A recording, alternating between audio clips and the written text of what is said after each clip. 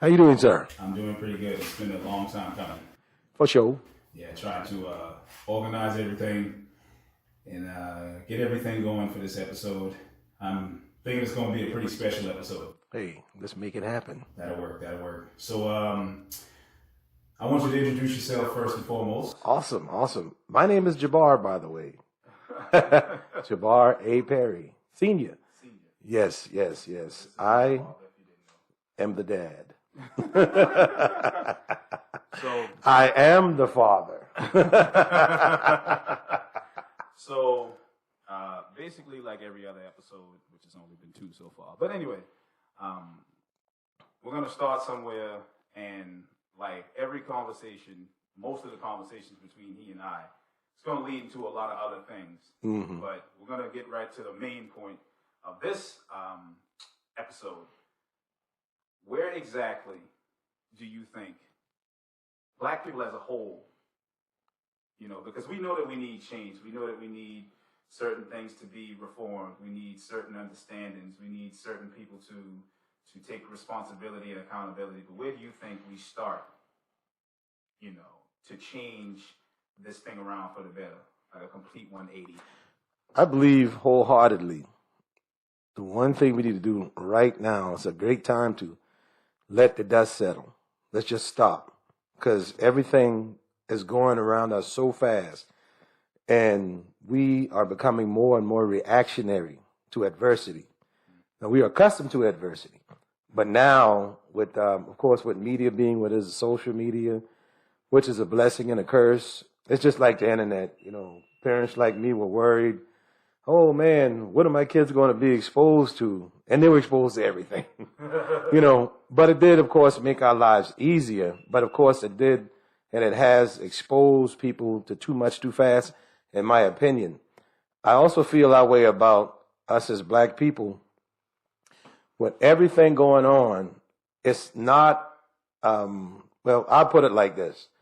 I'm a truck driver, have been for quite some time. Owner, operator, have been running my own equipment for quite some time. Right. Nobody or no truck driver wants to be on the side of the road or break down, but it happens. Right. So it's strongly advised that you do preventive maintenance. We just call it PM. It's your oil change, your grease and your fittings, check your tire pressures, make sure your cab clean, make sure your paper's right, the pre-trip, and I'm, speaking to people, and like any job or any profession, where it's hands-on, you have to go through safety measures. Mm-hmm. You have to go through things. It's not best and it's not good business to wait for something to happen and then do something about it. Granted, you're going to have to. I think we need to get to preventive maintenance on a lot of these things. And so if one of my trucks is in disrepair, I'm going to have to shut that down, assess everything going on. It don't make sense to go ahead and keep running it. And it's breaking down. It's costing me more money. I'm not making money. Right. So I believe right now, more important than anything, is let the dust settle. Let's see what's going on. Now let's assess the damage. Because, of course, we've been used to the damage. Right. But if you continue to just react to the damage, never assess it, you're just waiting for the next. There's not much you can do. Yeah, you wait for the next fallout or whatever. Right. Because a lot of these things going on, as we know, are illegal practices from all over. And not just law enforcement, ourselves included, that which we inflict on ourselves, and not just black on black crime, which is a bunch of BS. That is a story we can get into. Definitely. But to assess our lack of responsibility for our community. Now, this is something that's going to make a lot of people uncomfortable.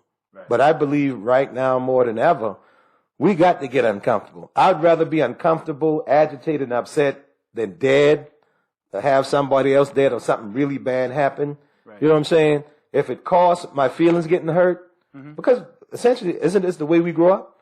You know, I mean, I can speak for you. How many times growing up that, you know, me or your mother or, you know, another adult had to kind of shock you. And you didn't care for it at the time. I didn't know. You know, me too. you know, all us growing up, we had to go through a process of growth and learning. And of course, your parents or whomever is in charge, your guardian, they made things uncomfortable for you. And I know a lot of times we thought they was doing it because they just liked doing it. Right. No, they're just doing it for our own good. You know what I'm saying? Ultimately, I believe right now we're going to have to check ourselves. Right. I don't care about white people. I don't care about nobody else. I care about black people. We're going to have to let the dust settle. Calm down. Everybody relax. I know, oh, but so, I know. But guess what? They're going to do that anyway. Right. But if you take a relaxed, planned approach, now you can defend yourself. Right now, they won't be so, you know, ready to just pounce on you because, quite frankly, when it comes to law enforcement, when it comes to anybody in society right now, when it comes to that rat bastard coming to the church in Charleston, you know, why we can't learn from that? You know, now we are better prepared. We are not as vulnerable if we just come up with a plan. Right. Assess what has happened. Let's look at the damage, like a hurricane come through.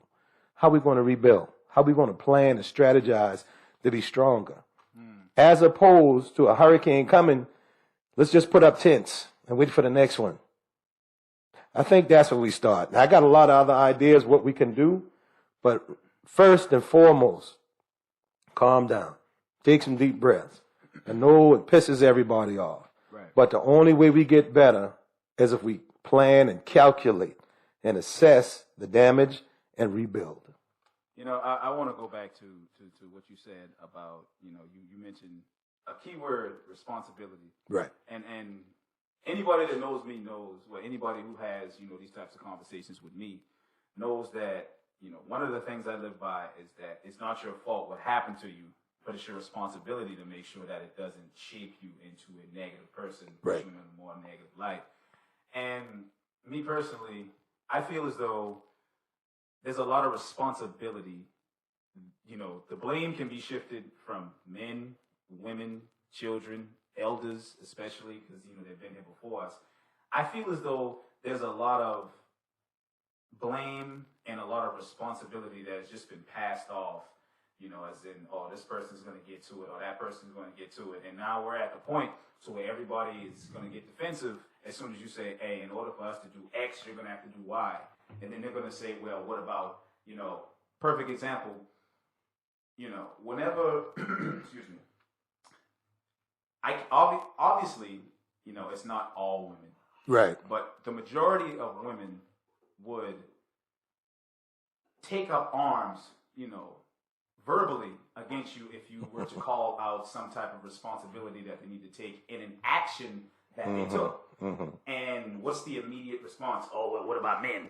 Oh, what about this? Oh, what about that? You know, and it's like, okay, in order to fix a problem totally, you have to understand who did what wrong where. Right?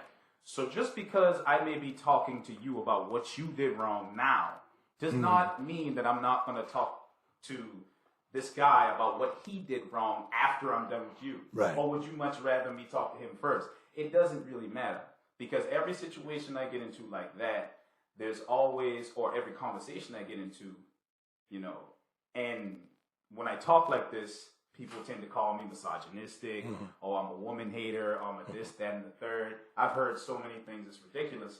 But whenever I get into these types of conversations, whenever I bring it back, okay, you don't want to talk about you right now. All right, let's talk about him. All right, we talked about him. Now let's talk about you. And they don't want to do it. So I'm like, okay, you have no more excuses. Right. It's just that you don't want to take responsibility. Now, obviously, there are a lot of men who don't want to take responsibility for the things they do as well. Right. And I have had conversation after conversation after conversation about this topic with men. But I'd be lying if I said that I don't get further with men than I do with women, right? Now, this is not to come down on women like women are the problem, because we all have to take fault. But I really feel as though, in my humble opinion, that if everybody were to just chill out, kind of like you said, let the dust settle, and just, figure out what you could have done better. Because you've always told me this, and it took me until I became an adult to understand this. What's the best way to solve a problem? Aha. What's the best way? You avoid it. Exactly, right? You've been burrowing that into my head forever, but I didn't get it until I became an adult. Right. And the only reason I understood it is because I had to go through experiences. Sometimes and you do. Harp back on like, right. You know what? I could have did this. Or you know what? I could have did that. I'm going to remember that. And then the next time something comes up, I take the knowledge that I learned from the experience, right, and I apply it to the new problem. Because there's a saying, life is the only entity that gives you the test before the problem, right? Because a lot of us are thrust into things that we're not ready for. The business saying is, if you're waiting for the perfect, time to start a business, there is no perfect time. There's no perfect time. Jump right into it and learn from your mistakes. Right. And that is, and I just truly believe that is the catalyst to us as a people getting to where we need to be. Yeah. Right? If so, in a perfect world, men and women, children, elders, we all on the same page. Okay, men, maybe, excuse me. Here's that water again. So men, okay, maybe I shouldn't be, trying to idolize these rappers. Maybe I shouldn't be, shucking and jiving on my responsibilities as a father. Maybe I shouldn't be, trying to push and what's the word I'm looking for? Trying to push the drugs that were forced on me in my neighborhood to try to make a living. A living, right? Yeah, make money. And women, okay, maybe I shouldn't mess with this type of guy. Maybe I shouldn't procreate with this type of guy. Maybe I should, take responsibility for the relationships I've been in, the relationships I have now, and the things that I've done to cause me to be in this situation. Right. Because whenever you get in a situation like this, when you have to come face to face with what caused the root of the problem, it's always somebody else's fault. Yeah. And that's what a lot of people, men and women alike, it's always somebody else's fault.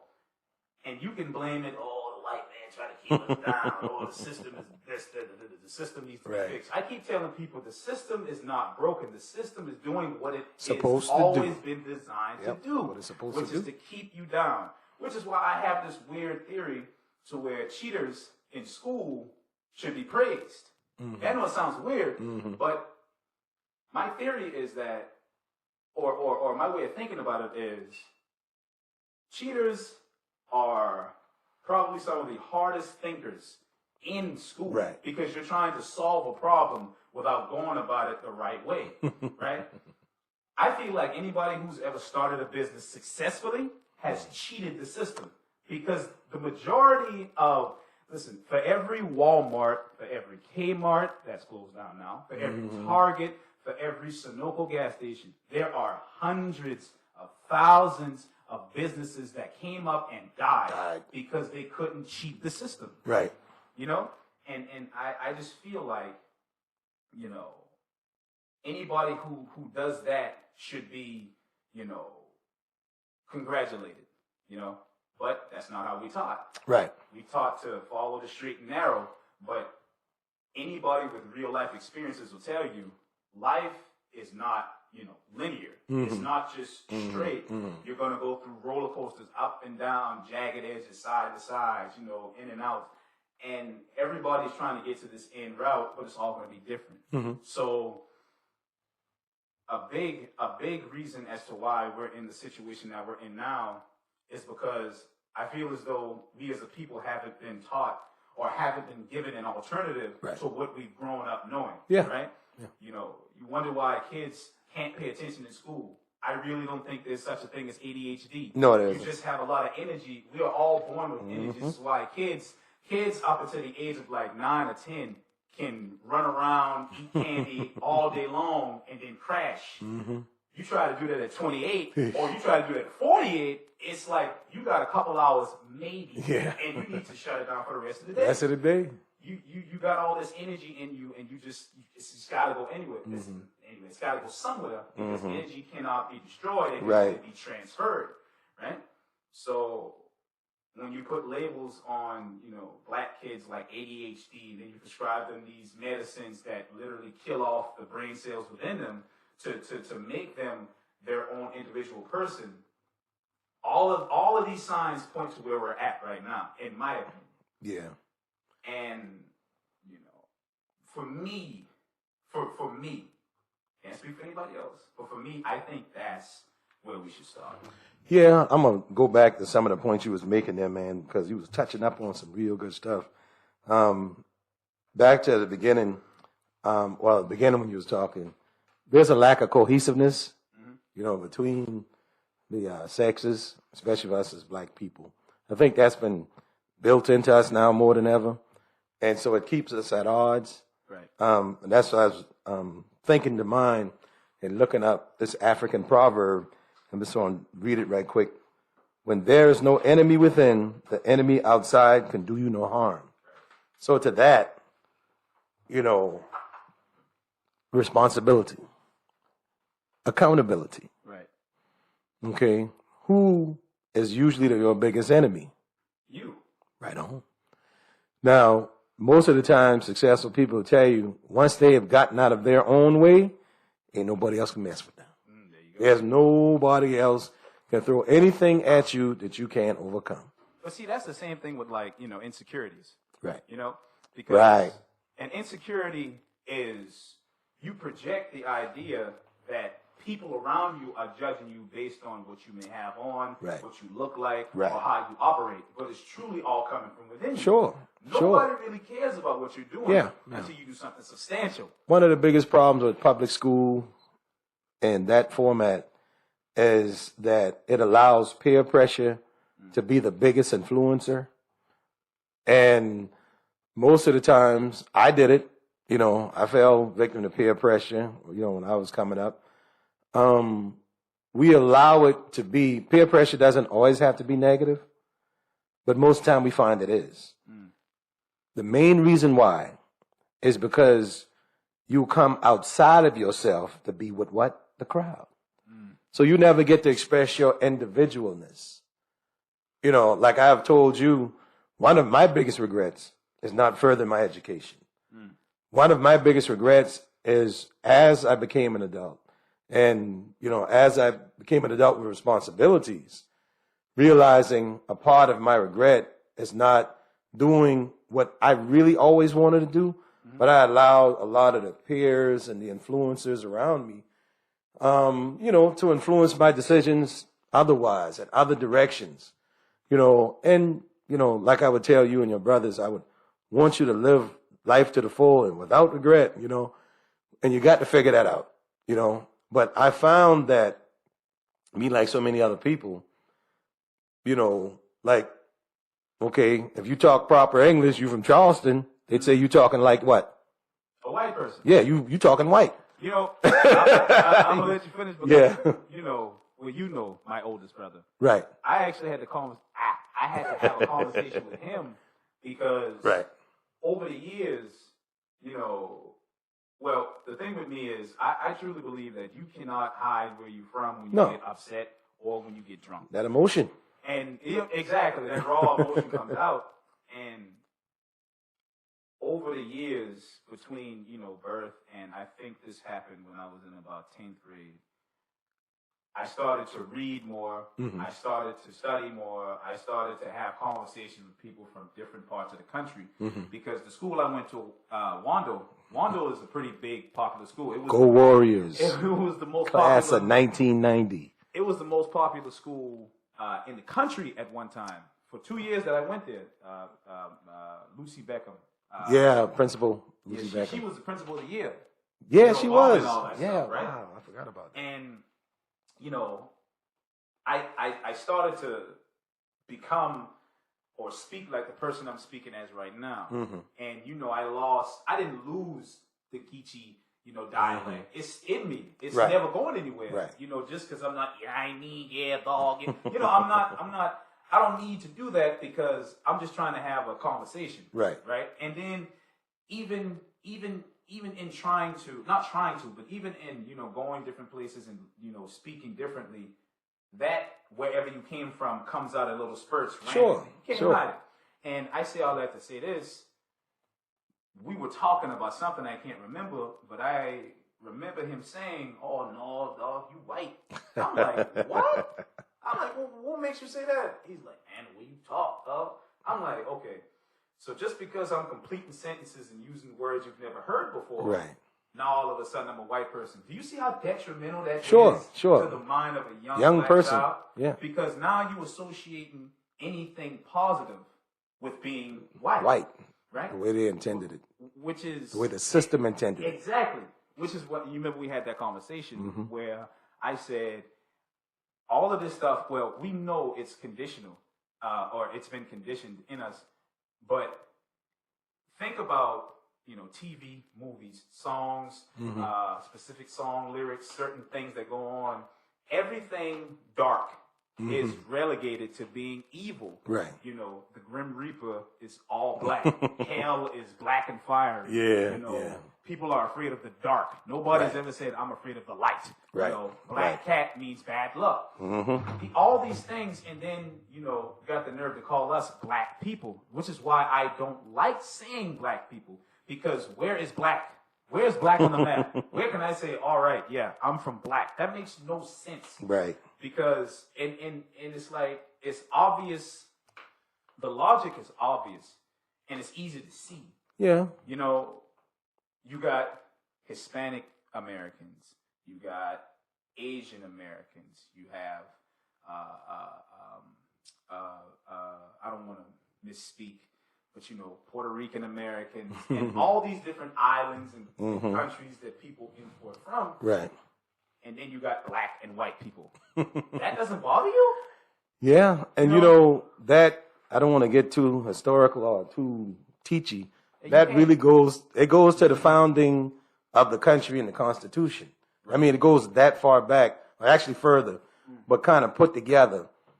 And in this country, the way it was founded, they were only going to acknowledge two groups of people, straight up blacks and straight up whites.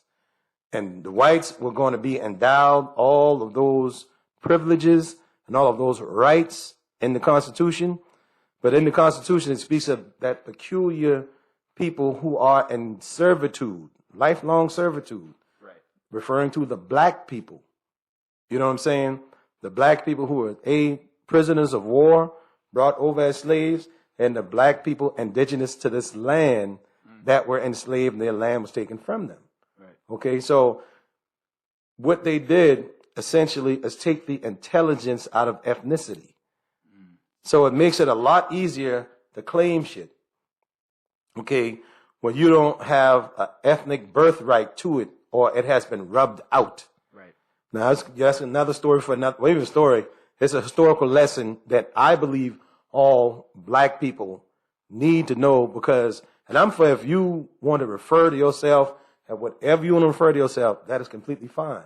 But understand this: the way this country sees you. Right.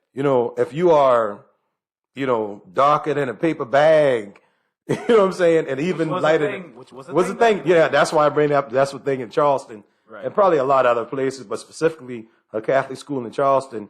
If you were darker than this paper bag, you could not get in. Now, that's before my time. My mom could tell you about that. But to that fact, you are considered black. And that's the way the government and the country views you. I'm all for people claiming their heritage and being completely and absolutely proud of it. Right. But understand, a part of going back to letting the dust settle, being strategic and planning, since we really have no friends as black people, we have to make certain alliances. And some of the alliances are going to be with other people just as dark as we are, who may be all hung up on I'm this and I'm that. But understand, what they see us as is what we need to come together on.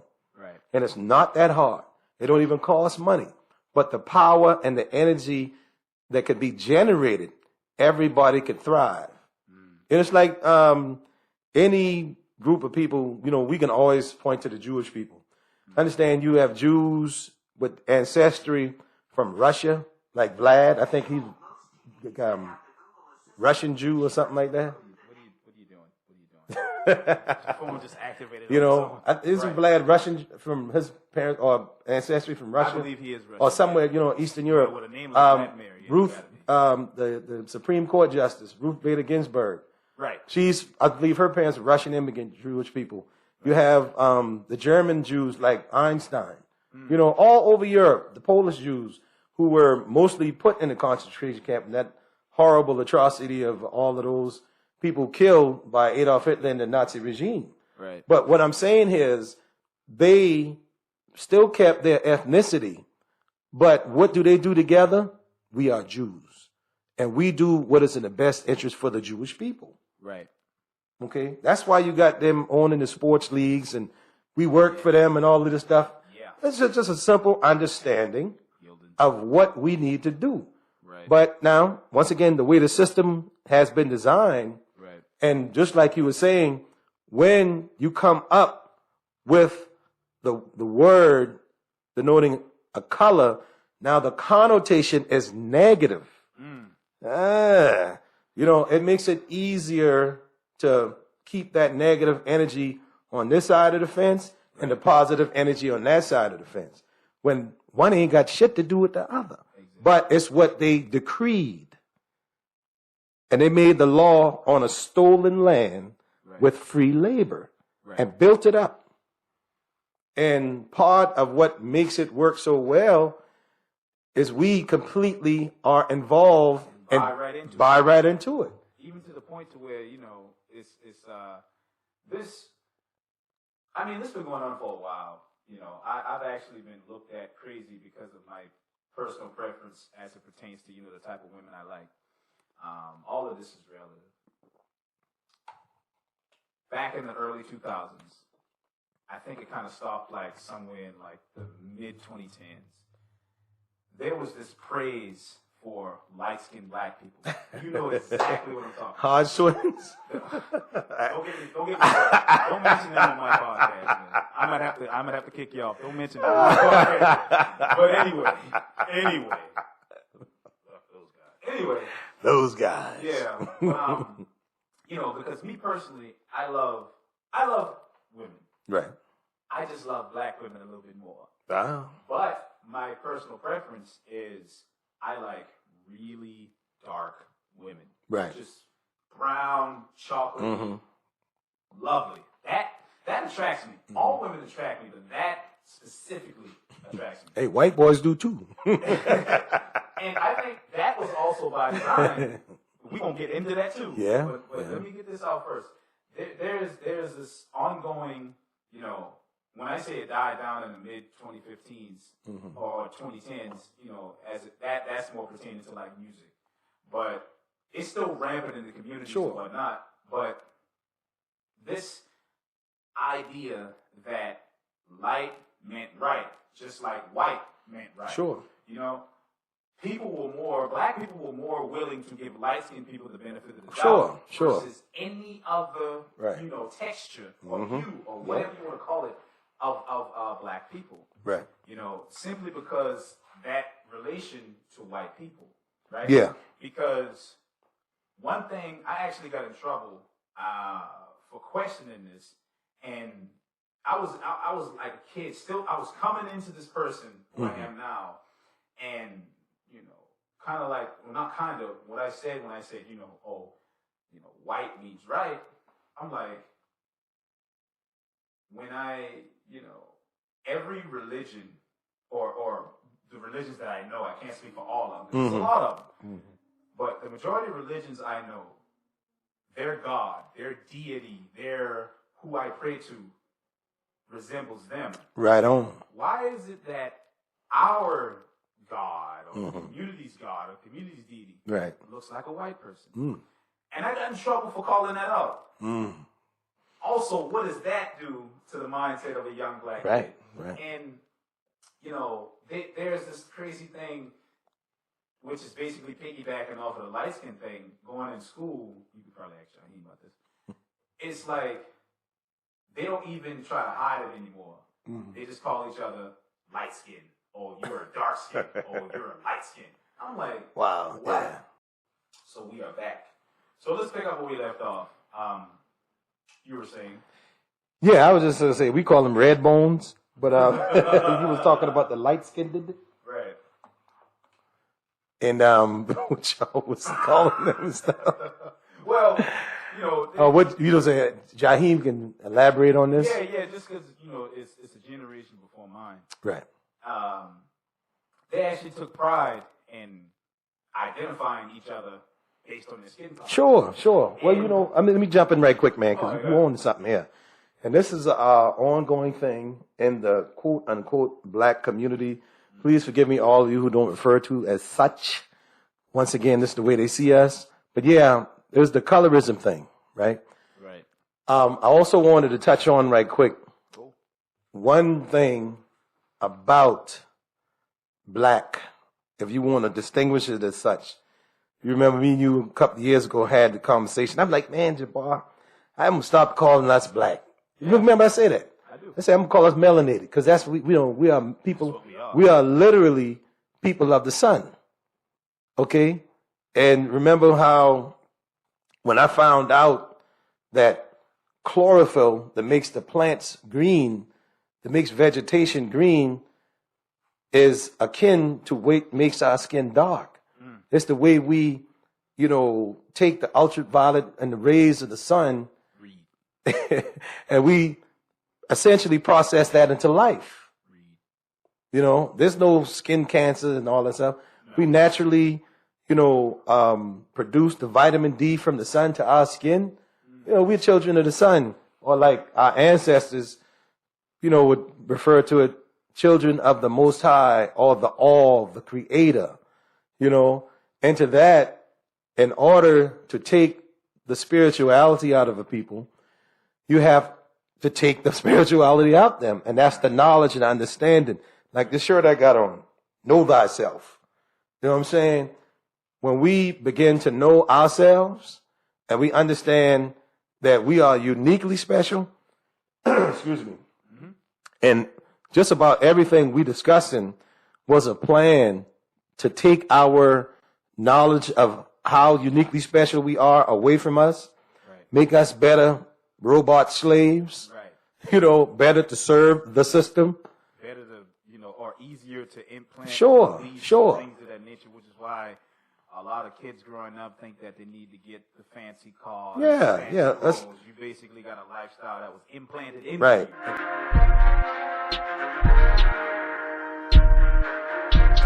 you.